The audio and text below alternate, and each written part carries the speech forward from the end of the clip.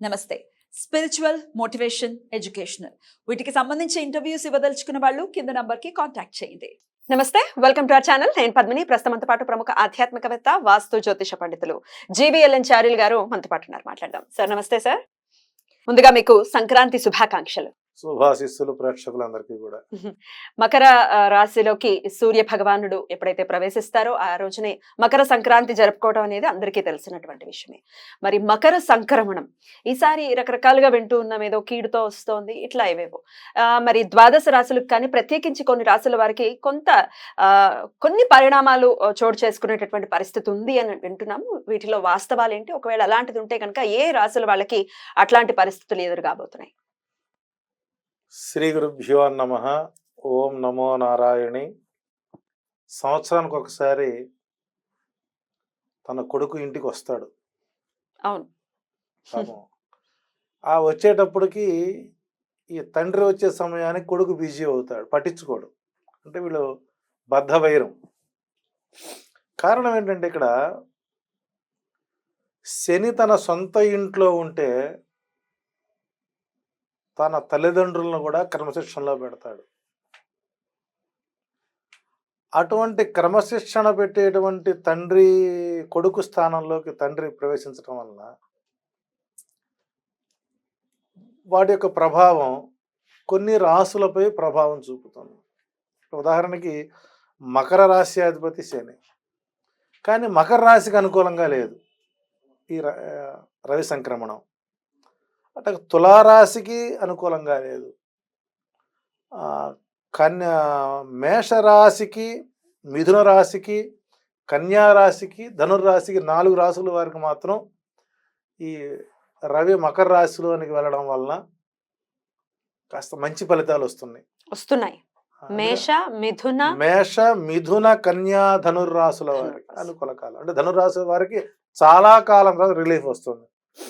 ఎప్పుడైతే ధనుర్రాశి నుంచి రవి మకర రాశిలోకి వెళుతున్నాడో మరి ఆ స్థానంలోకి మరొక ప్లానెట్ వస్తుంది, శుక్రుడు ఎంటర్ అవుతాడు. అక్కడి నుంచి మళ్ళీ ధనుర్రాశికి మరొక ఫలితం వస్తుంటుంది. ఇట్లా మనం ఓవరాల్ చూసినట్లయితే మేషరాశి వారికి ఈ రవి సంక్రమణం, మకర సంక్రమణం ఒక మంచి శుభకాలాన్ని అందిస్తుంది. అద్భుతం. వీరికి గతంలో రావాల్సినటువంటి పెండింగ్ బకాయిలు,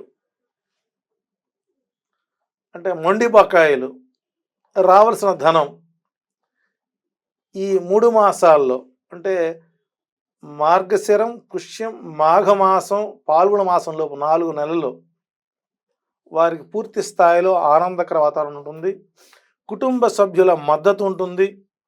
సంగీత, కళా, సాహిత్యంలో ఉన్న వారికి పూర్తి స్థాయిలో మంచి అవకాశాలు వస్తాయి. గతం కంటే కుటుంబ జీవితం ఆనందకరంగా ఉంటుంది.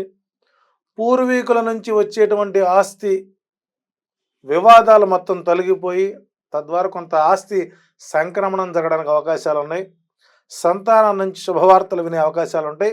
వృత్తి వ్యాపారాల్లో పురోభివృద్ధికి ఆస్కారం ఉంటుంది. అంటే ఇక్కడ మేషరాశి వారు కనీసం 3 మాసాల పాటు ఉగాది వచ్చే వరకు ప్రతినిత్యము కూడా ఆదిత్య హృదయ పారాయణం చేసుకుంటూ ఈ 3 మాసాల్లో ఏదైనా ఒక రోజున అరుణ స్తోత్ర పారాయణం పురోహితులతో చేయించుకొని ఆ జలప్రోషణ చేసుకున్నట్లయితే వాళ్ళకి మంచి ఫలితాలు అవకాశాలు ఉన్నాయి. అయితే ఒక నెలలో మారిపోతారు, మళ్ళీ ఆయన మకరం నుంచి కుంభంలోకి వెళ్ళిపోతారు. అయినప్పటికీ ఈ ఫలితాలు 3 మాసాలు కంటిన్యూ అవుతాయి. ప్లానెట్ మారిన తర్వాత దాని యొక్క గ్రావిటీ ఇంపాక్ట్ ఉంటుంది.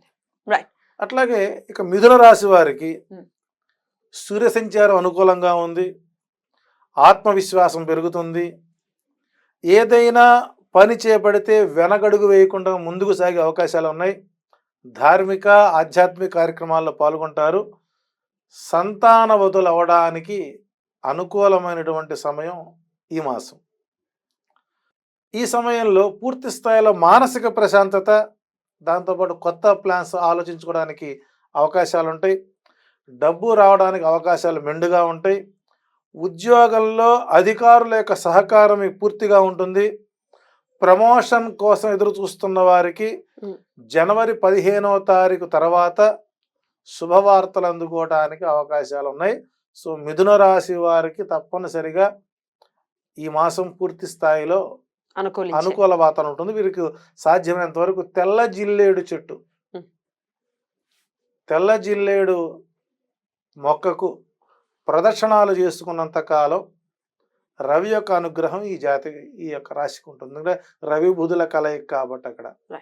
ఇక కన్యా రాశి వారు చూసినట్లయితే అన్ని విధాల సహాయ సహకారాలు అందుతాయి. విద్యాపరమైన పనుల్లో పూర్తి స్థాయిలో విజయాన్ని సాధిస్తారు. ఉద్యోగంలో ఉన్నతాధికారుల నుంచి మంచి సహకారం లభిస్తుంది. కెరియర్కు సంబంధించినటువంటి కొత్త ప్లాన్స్ అనుకూలంగా మారుతాయి. మానసిక ప్రశాంతత, ఆదాయము, కాస్త బ్యాంక్ బ్యాలెన్స్ నిల్వ ఉండే అవకాశం ఉంది. ఈ సమయంలో మీకు పాత మిత్రుల యొక్క కలయిక ద్వారా మీకు కొత్త ప్రయత్నాలు, వాటికి సానుకూల వాతావరణం జరిగే అవకాశం ఉంది. కాబట్టి కన్యా రాశి వారికి కూడా ఈ మకర సంక్రమణం రవి ప్రభావం వల్ల అనుకూల వాతావరణం ఉంటుంది. వీళ్ళు ఏమైనా పరిహారం ఏమైనా అవసరం? ఈ కన్యా రాశి వారు కూడా తెల్ల జిల్లేడు మొక్కకు ప్రదర్శనలు చేసుకోవడం మంచిది.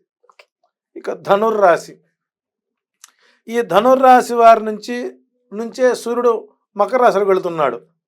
ఈ సూర్యుడు మకర రాశిలోకి వెళ్ళడం వలన ఆత్మవిశ్వాసం, మొన్నటిదాకా జనవరి 14వ తారీఖు వరకు పడినటువంటి మానసిక వేదన మొత్తము తొలగే అవకాశం ఉంటుంది. దాంపత్య జీవితం మధురంగా ఉంటుంది. ఆదాయ మార్గాలు పెరగడం వల్ల డబ్బులు బాగా చేతికి వచ్చే అవకాశాలు ఉన్నాయి. కుటుంబంలో పెండింగ్ పనులు పూర్తవుతాయి. శుభకార్యాలకు సంబంధించినటువంటి ప్రయత్నాలు ముమ్మరం చేస్తారు. ఉద్యోగాల్లో పదోన్నతులు పొందే అవకాశాలు ఉన్నాయి. ఈ నెల రోజులు మాత్రం కొద్దిగా భావోద్వేగాలు అణుచుకున్నట్లయితే మంచి ఫలితాలు వస్తాయి. ఈ ధనుర్రాశి వారు తప్పనిసరిగా జనవరి 15వ తేదీ రోజున, అది ఏ వారమైనా ఏ తిథి నక్షత్రమైనా, 1 కేజీంబావు ఎర్ర శనగలు ఏదైనా దేవాలయంలో ప్రసాదంగా పంచటం మేలు. ఓవలసినట్టయితే మూల రాశులు ఏవైతే ఉన్నాయో మేషం, కన్యా, మిథునం, కన్యా, మేషం, మిథునం, కన్యా, ధనస్సు మూల రాశుల వారికి అనుకూల వాతావరణం ఉంది. కాబట్టి మకర సంక్రమణం ఏదేమైనా మకర సంక్రమణం వలన ఈ 4 రాశుల వారికి ఈ విధంగా ఫలితాలు వస్తుంటే, అదే రోజు ధనుర్రాశిలోకి శుక్రుడు ప్రవేశిస్తున్నటువంటి సందర్భంలో వచ్చే ఫలితాలు మనం రాబోయే రోజులు చెప్పే ప్రయత్నం చేద్దాం. తప్పకుండా అండి. మంచిగా ఉంది అని అంటే అది ఆనందకరమైనటువంటి విషయమే. మీరందరికీ బాగుండాలి, అందరికీ బాగుండాలని కోరుకుంటాం. అయితే లేనప్పుడే కదా మరి స్వామి బాలేదు, మేము ఏదైనా చిన్న చిన్న పరిహారాలు చేసుకుని వాటి నుంచి, అంటే గొడ్డలతో పోయేది గోరుతో పోయేటటువంటి పరిస్థితి తెచ్చుకునే విధంగా స్వామి ఆరాధన చేసుకోవాల్సిన రాసులు ఏమైనా ఉన్నాయా చెప్తారా? తప్పనిసరిగా మిగిలిన రాసులు మొత్తం కూడా సూర్య నమస్కారాలు చేసుకోవడం మంచిది. అంటే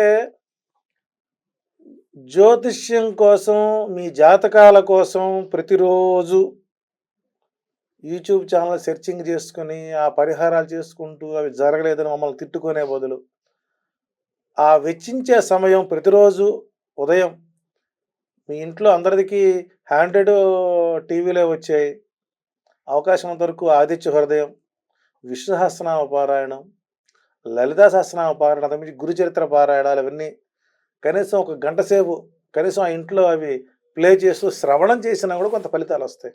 సో కాబట్టి ఈ మకర సంక్రమణ సమయంలో తప్పనిసరిగా ఆదిత్య హృదయ పారాయణం చేసుకోవటం వల్ల అన్ని రాశుల వారికి సద్గతులు, సత్ఫలితాలు వస్తాయని కోరుకుందాం. అలా రావాలని మనస్ఫూర్తిగా కోరుకుంటూ థ్యాంక్ యూ సో మచ్ అండి. నమస్తే.